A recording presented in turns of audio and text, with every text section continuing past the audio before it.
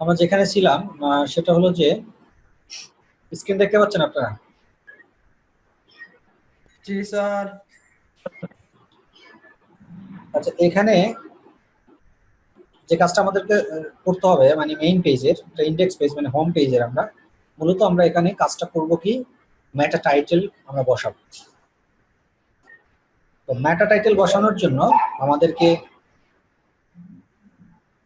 এখানে দেখুন প্রত্যেকটা ওয়েবসাইটে টাইটেল নামে একটা অপশন কোডিং করা থাকবে।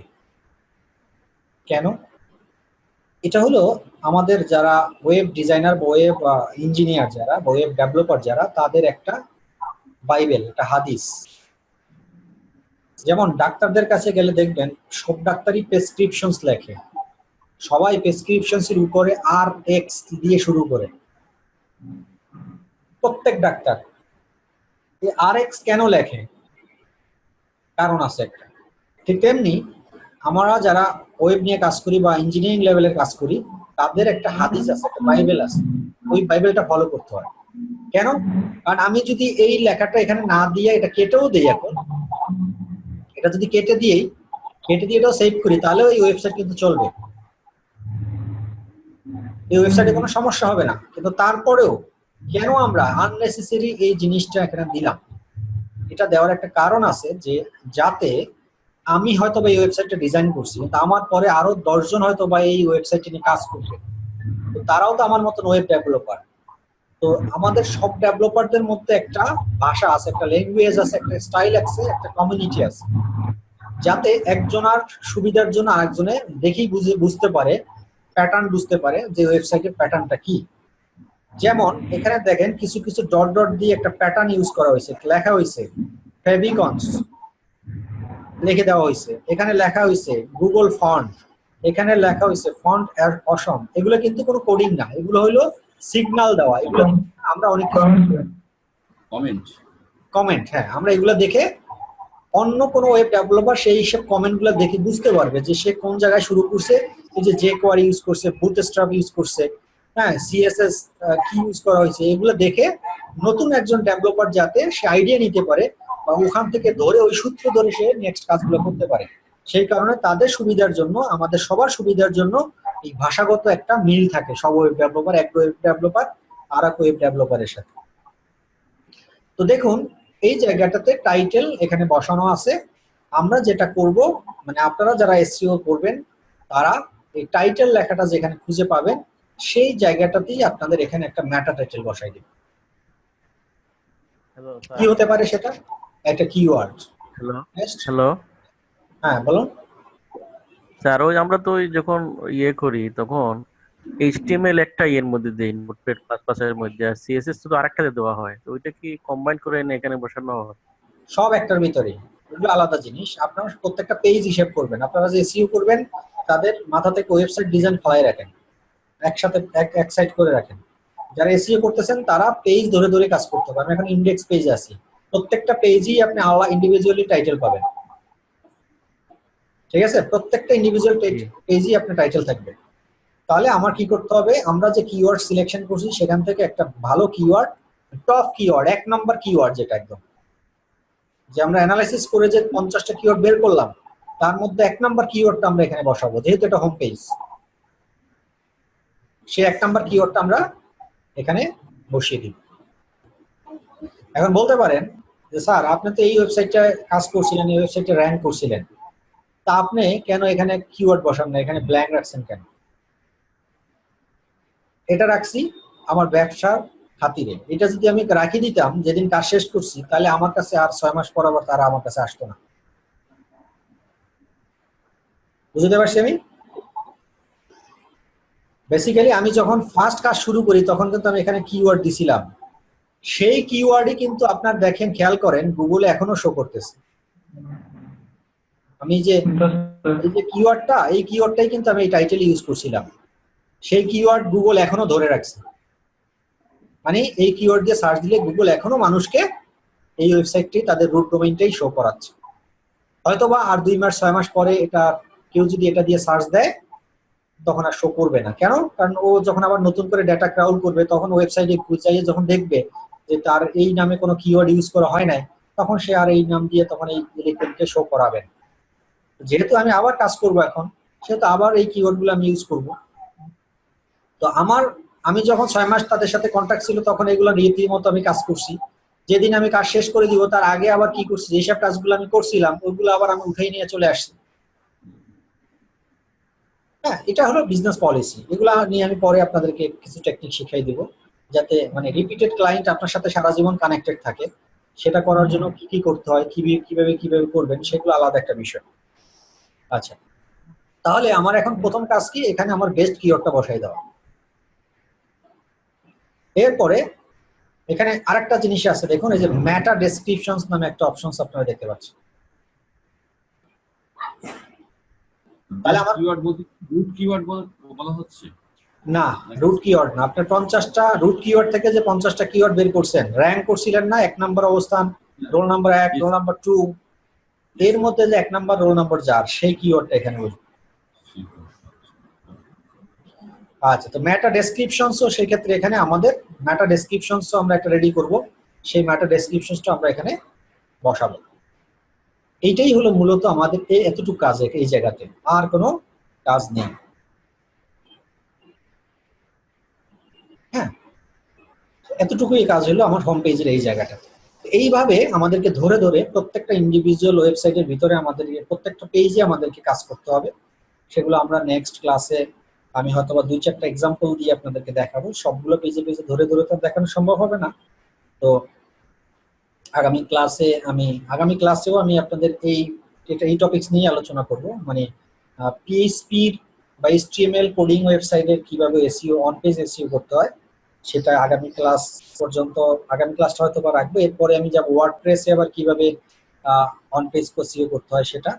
তো মোটামুটি আগামী 3টা ক্লাস আমরা অন পেজ নিয়ে কাজ করব। আজকের বাদ দিয়ে আরো 3টা ক্লাস অন পেজ হয়তো বা করবো আমরা। তারপরে আমরা যাব অফ পেজ। অন পেজে আরেকটু সময়, আরেকটা ক্লাস যদি বাড়াইয়ে নেওয়া সম্ভব হয় তাহলে বেটার হবে আপনাদের জন্য। দেখি, সেটা আমি চেষ্টা করবো যে একটা অন পেজে 4টা ক্লাস না রেখে 5টা রাখা যায় কিনা, সেক্ষেত্রে আপনাদের কিছু কনফিউশন দূর করা যেতে পারে। সেটা দেখি আমি মিলাইতে পারলে আমি করবো। স্যার মেটা ডেসক্রিপশন যে আছে স্যার, আপনি তো বলছিলেন যে এটা ক্লায়েন্টও দিতে পারে আবার আমাদের নিজেরও করা যেতে পারে। স্যার ক্লায়েন্ট যদি দেয় তখন কি স্যার ওইটা নিয়ে এখানে বসাই দিব? রাইট, এখানে কপি পেস্ট করে দিবেন, শেষ। জি স্যার। স্যার ডেসক্রিপশনটা কই স্যার, তো খুঁজে পাইতেছি। হ্যাঁ, মেটা স্যার ডেসক্রিপশনটা কই স্যার, তা তো দেখতেছি। হ্যাঁ, সারা রাত পুঁতি করে এখন কয়। যাই হোক স্যার, মেটা ডেসক্রিপশনে তো লেখারও কিছু নিয়ম আছে।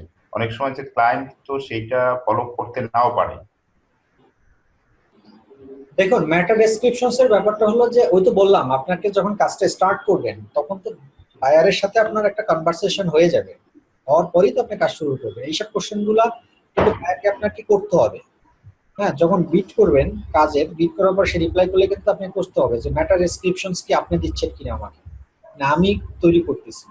তারপরে সে যদি আপনাকে ইন্ডিপেন্ডেন্সি দিয়ে দেয়, ফ্রিডম দিয়ে দেয় যে হ্যাঁ তুমি তোমার মতো করে মেটা ডেসক্রিপশনস বসাও, বাট আমার ওয়েবসাইটের কন্টেন্ট রিলেভেন্ট বসাবা, সেই অনুযায়ী আপনি বসাবেন। আর যদি বলেন মেটা ডেসক্রিপশন তুমি আমার ওয়েবসাইটের এত নাম্বার পেজের এই জায়গায় প্রথম প্যারা কপি করে ওটা বসাও সব জায়গায়, সেটা করবেন। ও যেভাবে বলবে সেভাবে করবেন। বাট এখানে বাইরে প্রায় প্রিভিলেজ যদি আপনি বেশি দিতে যান, সেক্ষেত্রে কিন্তু আপনার কষ্ট বেশি হবে, আপনার সাইট র্যাঙ্ক হবে না। সেই ক্ষেত্রে কিন্তু বাইরের কিছু কিছু কথা আপনার শুনতেও হবে, আবার কিছু কিছু কথা নেগলেক্ট করতে হবে। কারণ আপনি যদি 100% ওর কথাই শোনেন, আপনার ধরেন বায়ার বলে দিল যে আমার এই একটাই মেটা ডেসক্রিপশন দিলাম, এটাই তুমি সব জায়গায় বসাও, তাতে তো আপনার লাভ হচ্ছে না, তাতে বায়ারের লাভ হচ্ছে। কি লাভ হচ্ছে? তার ওয়েবসাইটের একই ডেসক্রিপশন, সবাই একই ডেসক্রিপশন দেখতে পাচ্ছে, কিন্তু আপনার সাইট র্যাঙ্ক করতে হলে তো আপনাকে ডিফারেন্ট ডেসক্রিপশন দিতে হবে। তো যে জায়গাগুলো বেশি ভিজুয়াল, স্যার আপনার তো ডেসক্রিপশনটা দেখলাম এলিট পেন্টে অনেক বড়, কিন্তু এই জায়গায় শুধু তো ডেসক্রিপশনটাই লেখা। ওই এই যে ব্ল্যাঙ্ক জায়গাটা দেখতেছেন না, এখানে ব্ল্যাঙ্ক, হ্যাঁ হ্যাঁ, এই জায়গাটা আমি বললাম কি একটু আগে যে আমি যখন এটার কাজ কন্ট্রাক্ট শেষ করছি তার আগে সব আমি এগুলো রিমুভ করে দিছি। ওটা ওয়েবসাইট থেকে রিমুভ হয়ে যায়নি? হ্যাঁ, ওয়েবসাইট থেকে রিমুভ হয়ে গেছে। ওই জায়গায় শুধু ওই কিওয়ার্ডটা বসিয়ে দিতে হবে। হ্যাঁ, এখন কথা বলি যে আপনি তাহলে আপনার কোশ্চেনটা এখানে, তাহলে এখানে কেন শো করতেছে এখন ডেসক্রিপশনস, তাই তো? জি জি জি স্যার। হ্যাঁ, এখানে শো করছে কি দেখেন, আমি যেটা দিছিলাম সেটা কিন্তু শো করতেছে না এখানে। তো আপনারটা আপনি উঠে নিছেন, শুধু একটা কিওয়ার্ড দিয়েছেন মানে পুরো ডেসক্রিপশন দেন। এটা কি পরে পরে কেউ করেছে সেটা শো ও করছে? ও গুগল নিয়ে নিছে আমারটা, রিমুভ করার পর ও যখন ডেটা ক্রাউল করে কোনো ডেসক্রিপশন পায় নাই তখন ওয়েবসাইট আচ্ছা, একটা নিয়ে নিছে। আচ্ছা। বাট আমি যখন এখন আবার নতুন করে বসাবো এখানে, দেখবেন যে 1 সপ্তাহ বা 10 দিন পরে আবার আমারটাই শো করতেছে। স্যার মেটা টাইটেলের ক্ষেত্রে সেম। মেটা টাইটেলের ক্ষেত্রে সেম। স্যার মেটা টাইটেলের কোন কোন জায়গাটা দিছিলেন স্যার?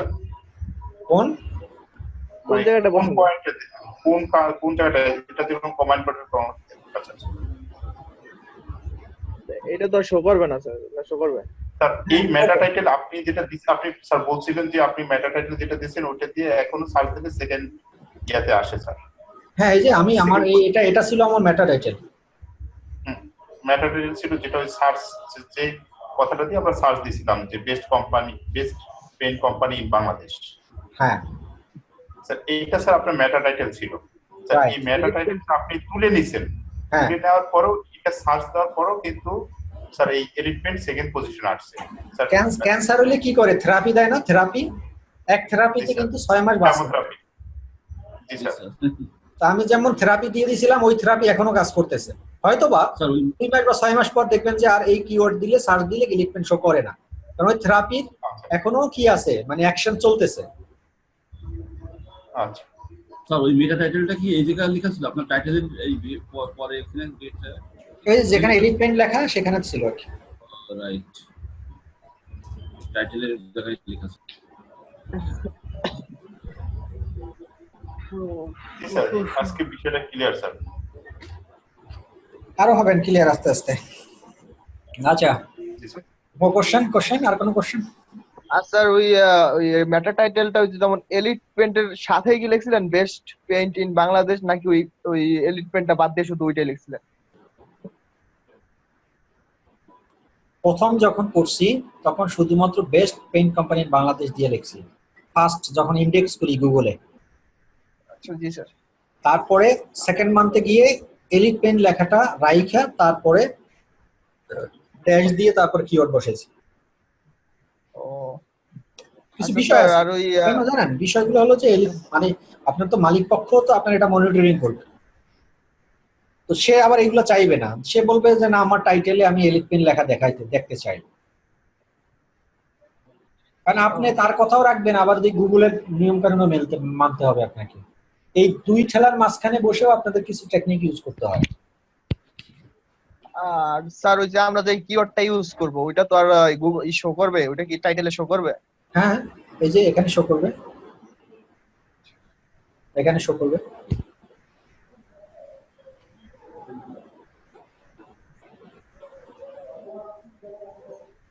এই যে দেখছেন এশিয়ান পেইন্টের কিওয়ার্ড কি দেখেন, বাংলাদেশ পেইন্ট কোম্পানি।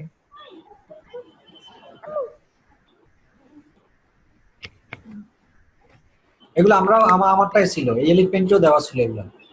আচ্ছা, এলিট পেইন্টে কাজ করেছেন, বাট আপনি হচ্ছে যে টাইটেলটা লিখেছিলেন যে বেস্ট পেইন্ট অফ বাংলাদেশ, মানে হাইড করে রেখে দেওয়া যাকে বলা হয়, এরকম ধরনের কাজ, তাই তো স্যার? মেন হচ্ছে কি যে এলিট পেইন্টই আসবে, বাট আপনার ওখানে ছিল হচ্ছে কি যে বেস্ট পেইন্ট অফ বাংলাদেশ। না, সেটা ছিল প্রথম কিন্তু এলিট পেইন্ট ছিল না, প্রথম ছিল কিওয়ার্ডে। তারপরে বায়ারকে হ্যাপি করার জন্য কিওয়ার্ড সরাই দিয়ে আমি আবার ওদের নাম লিখে দিছি এখানে। ওই যে একটা থেরাপি যখন গুগল ধরবে, অ্যাটলিস্ট জানি তো আমি 2-4 মাস তো এরকম থাকবে এটা। এরপর 2-4 মাস পর যদি আবার কমপ্লেইন করে ক্লায়েন্ট, তখন আবার আমি চেঞ্জ করে দিব, অসুবিধা কি?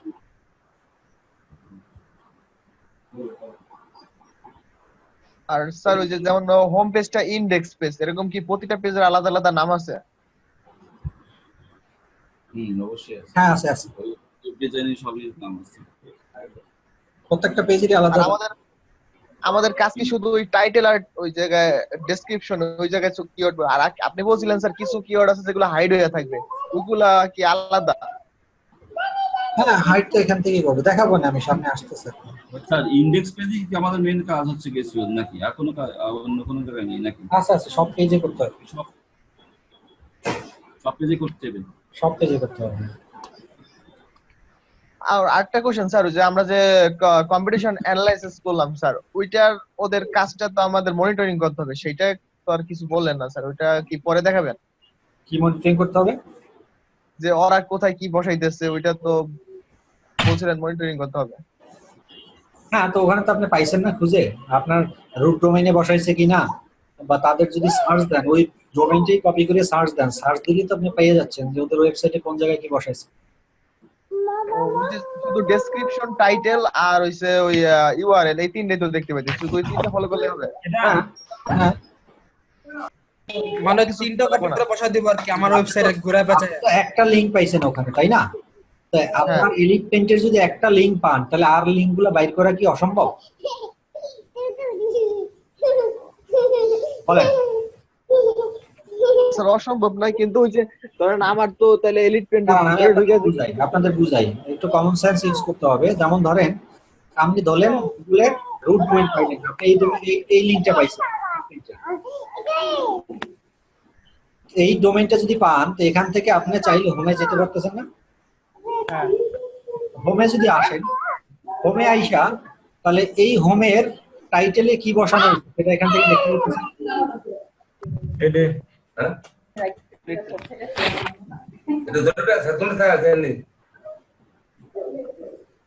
তো একটা লিংক পাইলেই তো বাকিগুলো খুঁজে বের করা যায়।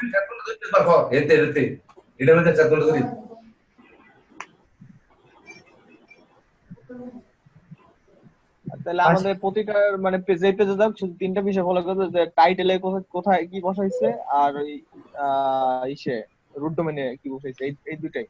হ্যাঁ হ্যাঁ, মানে ওরকম কিছু ফলো করে আমরা ঘুরে পেঁচে বসাতে পারি তো স্যার নাকি? হ্যাঁ আইডিয়া নিতে হবে ওখান থেকে আর কি। স্যার ওই যে একটা কোর্স ছিল, দেখবেন স্যার, চেক করে মেইলটা চেক করে একটু দেখবেন, কম্পিটিশন অ্যানালাইসিসটা করছিলাম একটু। না আজকে আর দেখতে পারবো না, টায়ার্ড হয়ে গেছি, নেক্সট ক্লাসে দেখবো। Okay sir. আর কোনো কোশ্চেন আছে আজকে ক্লাস নিয়ে? না স্যার। না স্যার, আর কোনো কোশ্চেন নেই স্যার। ওকে, আচ্ছা আরেকটা কোশ্চেন করছিলেন কি জানি, ডোমেইনের পারচেজ। ডোমেইন পারচেজ প্রাইস আমি আগেই বলে দিছি, এটা হলো যে 2200 টাকা আর হলো 2000 টাকা ডোমেইন স্যার রেজিস্ট্রেশন। আরেকটা কোশ্চেন স্যার, সেটা হচ্ছে যে ওয়েব প্রথমে ডিজাইন, তারপর হচ্ছে ডেভেলপমেন্ট, এই দুটার মধ্যে পার্থক্যটা কি একটু শর্টকাটে বলেন স্যার। ডিজাইনের সে শুধুমাত্র ডিজাইন, যা দেখতে পাচ্ছেন সেটাই ডিজাইন। হ্যাঁ, এখানে যা দেখতে পাচ্ছেন এটাই ডিজাইন। আচ্ছা ডিজাইনাররা কি কোডিং করে? ডিজাইন তো কোডিং, সবই কোডিং, তো ডেভেলপমেন্টও কোডিং, ডিজাইনও কোডিং। এখানে দেখেন ডেভেলপমেন্ট এটা হচ্ছে ডেভেলপমেন্ট। কি এখানে ধরেন, এখানে কি লেখা আছে, কার্পেট এরিয়া স্কোয়ার ফিট চাইছে, এখানে আমি দিলাম 10 স্কোয়ার ফিট। এই দেখেন 10 স্কোয়ার, 10 এখানে টাইপ করার ক্ষেত্রে এখানে টোটাল এরিয়া 10 এখানে চলে আসছে, আর এদিকে টাকাও শো করতেছে, মানে 249 টাকা খরচ হবে। আমি কি এগুলো লিখছিলাম? লজিক্যাল এগুলা। হ্যাঁ, এটা হলো ডেভেলপমেন্টের কাজ। আর প্রথমে ওই ডিজাইন ডেভেলপমেন্ট করে তারপর ওই ডোমেইন হোস্টিং কানেক্ট করতে হবে। জি,